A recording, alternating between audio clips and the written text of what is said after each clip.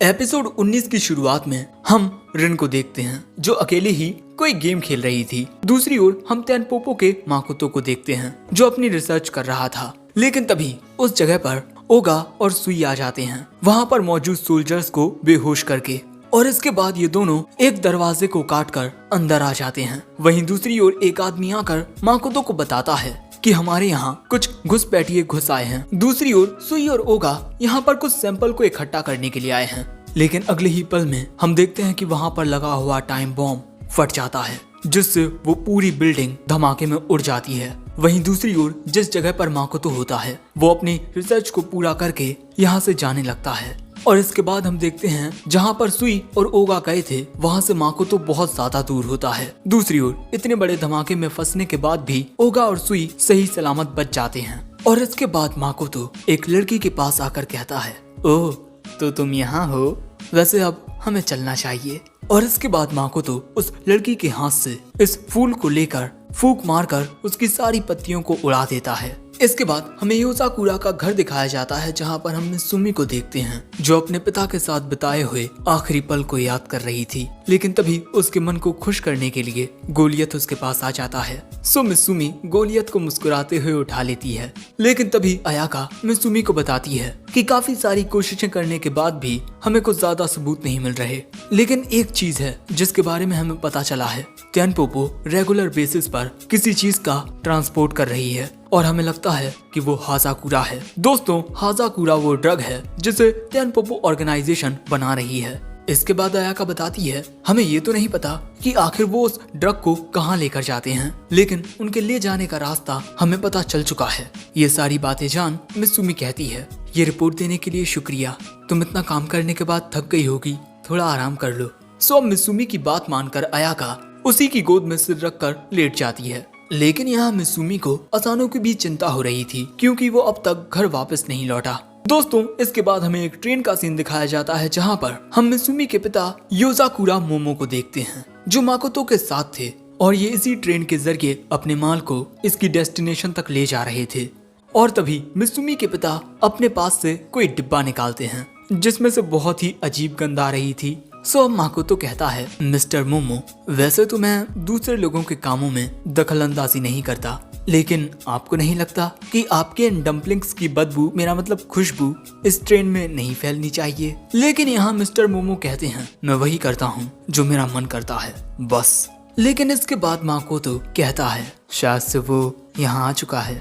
वैसे कहूँ तो वो काफी हिम्मत वाला है। दोस्तों, यहाँ पर बात हो रही है हमारे प्यारे असानो की जो इस ट्रेन में एक वेटर बनकर आ चुका है। और दोस्तों, इसके अगले ही पल में हम देखते हैं कि माकोतो और मिस्टर मोमो अपना भेष बदल लेते हैं। और तभी ट्रेन में बैठी एक लड़की एक वेटरेस से कहती है, इस खाने में तो कोई स्वाद ही नहीं है। लेकिन तभी वहाँ असानो आता है उस लड़की के लिए एक नई डिश लेकर, जिसके बाद हम देखते हैं कि असानो बहुत ही अच्छे से ट्रेन में सफाई करता है जिस वजह से ट्रेन चमक उठती है। अब इसके बाद असानो अपना अगला काम करने के लिए निकल पड़ता है। एक ताऊ जिन्होंने अपना चश्मा नहीं पहना था, इसी वजह से उन्हें कुछ भी सही से दिखाई नहीं दे रहा था और वो गलती से किसी दूसरे आदमी के कमरे में आ गए हैं। सो इसके बाद असानो उन्हें उनके कमरे में लेकर जाता है। इसके बाद वो एक लड़की के रूम की खिड़की खोलने में भी उसकी मदद करता है, जिसके बाद वो ट्रेन के ऊपर चढ़े एक छोटे से बच्चे को उतारने के लिए भी जाता है। लेकिन इतना सब करने के बाद भी वो कुछ भी पता नहीं लगा सका क्या सच में इसी ट्रेन में तेनपोपो अपने माल का ट्रांसपोर्ट कर रहा है। उस ट्रिप से आने के बाद असानो मित्सुमी के पिता के बारे में जानकारी को इकट्ठा कर रहा है, लेकिन ऑफिशियल डॉक्यूमेंट्स के अकॉर्डिंग मित्सुमी के पिता मर चुके हैं, जिस वजह से उनके बारे में कोई भी जानकारी मिल नहीं रही। लेकिन असानो ने ये जानकारी प्राप्त कर ली है कि इस ट्रेन के जरिए तेनपोपो अपने माल को ट्रांसपोर्ट करता है और इसीलिए असानो डिसाइड करता है कि चाहे कुछ हो जाए मैं हार नहीं मानूंगा। लेकिन तभी अचानक ट्रेन में एक झटका लग जाने की वजह से असानो की गन नीचे गिर जाती है और अब बेचारा असानो क्या करेगा, क्योंकि शिंजो ने स्पेशली असानो के लिए उसकी गन को मॉडिफाइड किया था। अब इसके बाद बेचारा निराश असानो ट्रेन के अंदर आता है, लेकिन तभी अचानक उसे एक लड़की दिखाई देती है जो अपने मुंह को ट्रेन से बाहर निकाले हुए थी। सो असानो उसे अंदर की ओर खींच लेता है। और दोस्तों, इसके बाद हम देखते हैं कि इस लड़की के बाल कुछ ज्यादा ही लंबे थे और इन्हीं में उलझकर इसका सिर बाहर चला गया था। लेकिन तभी वो लड़की असानो को उसकी गन लौटाती है। उस लड़की ने इस गन को गिरते हुए देख लिया था और इसी को पकड़ने के चक्कर में वो खिड़की से कुछ ज्यादा ही बाहर निकल गई। वैसे इस लड़की को लगता है कि ये बंदूक बच्चों वाली है, जिसके बाद ये लड़की बताती है मेरा नाम शिराई है, रूम नंबर 13 से। असानो उससे कहता है मेरी गन पकड़ने के लिए शुक्रिया, क्या मैं आपके लिए कुछ कर सकता हूँ? वो लड़की कहती है ठीक है, मेरे लिए कुछ शराब लेकर आओ। लेकिन तभी एक लड़की असानो को अपने पास बुलाती है, जिस वजह से असानो इस लड़की से माफी मांगकर उस लड़की के पास जाने लगता है। लेकिन तभी अचानक ना जाने क्यों हमें इस लड़की के इयररिंग दिखाए जाते हैं, और जिसके बाद ये लड़की कहती है ये भी उनकी तरह कितना दयालु है। दूसरी ओर ये मोहतरमा असानो से कहती हैं कि इनके रूम की खिड़की खुल नहीं रही है, अगर दम घुटने की वजह से मेरी मौत हो गई तो। लेकिन तभी अचानक उस लड़की की बात सुन असानो को कुछ समझ आता है। धुंध, यहाँ के खाने में कोई स्वाद नहीं है, ट्रेन में भी कुछ अजीब सा पाउडर पड़ा हुआ है, और अगले ही पल में असानो यहाँ से तेजी से भागने लगता है। आखिर अब तक मैंने ये नोटिस कैसे नहीं किया, इस ट्रेन को मॉडिफाइड किया गया है। और इसके बाद असानो अपने फोन में मौजूद एक एनालिटिक ऐप से ये चेक करता है कि इस ट्रेन के आसपास का वातावरण कितना पॉइजनस है, जो कि 80% होता है। और इसके बाद असानो डाइनिंग टेबल वाली जगह पर आकर सभी लोगों को झुकने को कहता है, और इसके बाद अपनी गन से चेरी ब्लॉसम वाला एक अटैक करता है, जिस वजह से सारी खिड़कियां टूट जाती हैं। लोग यहाँ से डरकर भागने लगते हैं, और खिड़कियां टूट जाने की वजह से इस ट्रेन के अंदर मौजूद पॉइजनस गैस खिड़कियों से बाहर निकलने लगती है। सभी लोगों के भाग जाने के बाद भी 2 लोग यहीं पर बैठे रहते हैं। और अब यहाँ एक आदमी कहता है तुमने तो पता लगा लिया कि इस ट्रेन में एक पॉइजनस गैस थी, और यही दोनों होते हैं माकोतो और मिस्टर मोमो। और माकोतो कहता है तुमने इस गैस का पता लगा लिया, मैं इसके लिए तुम्हारी तारीफ करता हूँ। और तभी असानो देखता है मिस्टर मोमो यानी मिसुमी के पिता को, जिससे उसकी मुलाकात एक दफा पहले भी हो चुकी है। मिस्टर मोमो ने असानो को गिरने से बचाते हुए उससे कहा था कि तुम्हें अपना ख्याल रखना चाहिए, अगर तुम्हारा शरीर कमजोर रहेगा तब तुम उन लोगों की हिफाजत नहीं कर पाओगे जो तुम्हारे दिल के करीब होते हैं। और अब असानो अपनी गन को मिस्टर मोमो की ओर तान कर कहता है आपसे मिलकर अच्छा लगा ससुर जी, मैं मिसुमी का पति। दूसरी ओर घर पर हम फुताबा को देखते हैं, जो अपने मिशन से वापस आई है, और वो गोलियत से पूछती है कि मिसुमी और बाकी सब कहाँ हैं। लेकिन तभी अचानक गोलियत को कुछ महसूस होता है। दोस्तों, हम देखते हैं कि मिसुमी सियोन के साथ होती है, और सियोन फुताबा को अपने पास बुलाती है, और इसके बाद सियोन इन दोनों को बताती है कि मैं जीपीएस के जरिए असानो की लोकेशन को सर्च कर रही थी, जिसके बाद मुझे ये पता चला। वहीं काफी ज्यादा कोशिशें करने के बाद भी मिसुमी असानो को कांटेक्ट नहीं कर पा रही। तभी अचानक फुताबा को किसी का कॉल आता है। उसे ये कॉल एक मिशन के लिए आया है, लेकिन फुताबा कहती है मैं इस वक्त किसी मिशन पर नहीं जा सकती, मुझे अपने छोटे भाई को लेने के लिए जाना है। और यहाँ उसको कॉल किया है हिनागिकु की रिन ने। दूसरी ओर ट्रेन में जहाँ पर ये तीनों होते हैं, तभी इस डिब्बे में ये लड़की आती है, शिराई युकी।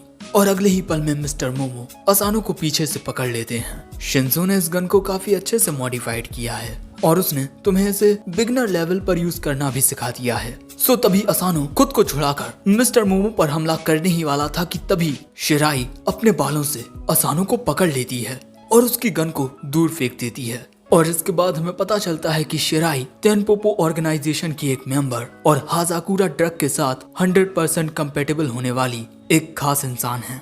और यहाँ माकोतो कहता है मैं देखना चाहूंगा कि तुम दोनों के बीच मुकाबला कैसा होता है। और इसके बाद असानो को पता चलता है कि अब तक इन्होंने जितनी भी इंफॉर्मेशन तेनपोपो के बारे में इकट्ठा की है, वो सारा प्लान माकोतो का ही था। और ये सब माकोतो ने इसीलिए किया है ताकि वो असानो को अच्छे से एनालाइज कर सके। और असानो माकोतो के जाल में फंसता हुआ यहाँ आ भी गया। इसके बाद माकोतो दूसरे डब्बे में जाकर कहता है हे, मैं तुम्हारे डाटा को अच्छे से एनालाइज करूंगा, शुक्रिया। और इसके बाद मिस्टर मोमो कहते हैं मिसुमी का खून अब तुम्हारी रगों में दौड़ रहा है, इसका सही से इस्तेमाल करना। और ये कहने के बाद वो भी यहाँ से चले जाते हैं। और यहाँ माकोतो कहता है कि सच में मिस्टर मोमो, आप जो चाहते हैं आप वही करते हैं। और तभी मिस्टर मोमो खाने के लिए अपने डम्पलिंग्स को बाहर निकाल देते हैं। लेकिन तभी माकोतो कहता है ये सोचकर कि उस पर्सन ने इस काम में आपको शामिल किया, मुझे आपसे जलन हो रही है। कौन जानता है कि आप हम निजीबाना मेंबर्स के साथ क्या करो। वैसे इसके बाद शिराई इन दोनों के डिब्बे को उस दूसरे डिब्बे से अलग कर देती है। और जैसे ही उनका डिब्बा दूर जाता है, शिराई असानो को अपने बालों में पूरी तरह से जकड़ लेती है और इसके बाद उसे दबाने लगती है। उसे कुचलने के लिए। लेकिन तभी असानो अपनी पावर को एक्टिवेट करके इसके बालों से खुद को छुड़ा लेता है, जिसके बाद अब ये दोनों एक दूसरे के आमने सामने खड़े होते हैं और अब शिराई असानो पर हमला करना शुरू कर देती है। लेकिन असानो उसके हमलों से काफी आसानी से बचने लगता है, जो देख शिराई इम्प्रेस होती है। लेकिन इसके बाद शिराई अपने हमलों को तेज करके असानो को पकड़ लेती है और इसके बाद उसे दूर फेंक देती है। और इसके बाद शिराई अपनी ताकत के बारे में बताती है कि वो अपने बालों को बहुत ही मजबूत कर सकती है और जैसे चाहे वैसे उन्हें कंट्रोल भी कर सकती है, और ऐसा वो हासाकुरा ड्रग की वजह से कर पा रही है। वैसे तुम चाहे जितनी कोशिश कर लो, तुम मुझे हरा नहीं पाओगे। लेकिन तभी असानो अपनी गन को उठाकर शिराई पर हमला करने ही वाला था कि तभी शिराई कहती है, हासाकुरा तुम्हें वो ताकत देती है जो तुम चाहते हो, और 10 साल पहले मुझे इसी ताकत ने बचाया था। पहले मैं बहुत बीमार रहा करती थी, इतनी कि मेरे लिए चलना भी मुश्किल था, लेकिन इस हासाकुरा ड्रग ने मुझे एक नई जिंदगी दी है।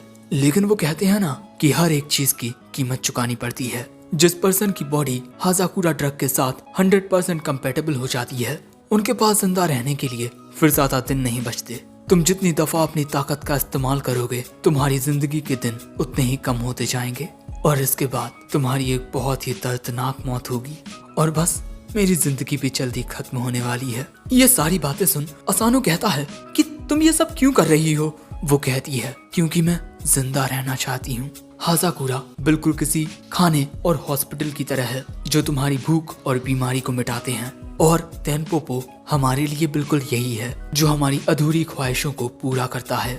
और इस ट्रेन में मौजूद हासाकुरा ड्रग उस तक पहुंच ही जाएगा जिसको इसकी जरूरत होगी, और अगर तुम मुझे और इस ट्रेन को रोकने में नाकामयाब हो जाते हो तो तेनपोपो एक दिन सब कुछ निकल जाएगा, मुझे, तुम्हें और साथ ही तुम्हारी बीवी को भी।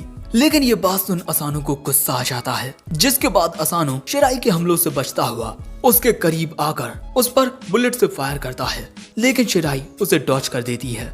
लेकिन इसके बाद तुरंत ही असानो शिराई के करीब जाकर उस पर शूट करता है, लेकिन शिराई के बाल उसके इस हमले को रोक लेते हैं। लेकिन इस प्रेशर की वजह से असानो दूर फेंक जाता है, और अब शिराई कहती है, मेरे बाल इलेक्ट्रिसिटी को रोक लेते हैं। अब ये बात सुन असानो खड़ा होते हुए कहता है, अगर ऐसी बात है तो मैं पूरा जोर लगाकर तुम्हारे बालों को काटते हुए तुम्हें शूट करूंगा।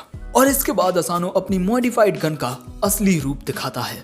हम देखते हैं कि असानो की गन एक तलवार बनने लगती है। वही माकोतो ये सारी चीजें अच्छे से एनालाइज कर रहा था, और इसके बाद हम देखते हैं कि असानो ने अपनी गन को एक तलवार का रूप दे दिया है, और अब वो शिराई से लड़ने के लिए बिल्कुल तैयार है। सो दोस्तों, तुम्हें क्या लगता है कि असानो अपनी योसाकुरा पावर के साथ शिराई को हरा पाएगा या फिर नहीं? तुम लोग अपने जवाब कमेंट्स में बता सकते हो। इसी के साथ अगर ये एपिसोड पसंद आया हो तो लाइक कर देना, चैनल पर नए आए हो तो सब्सक्राइब भी करते जाना, and in the end sayonara.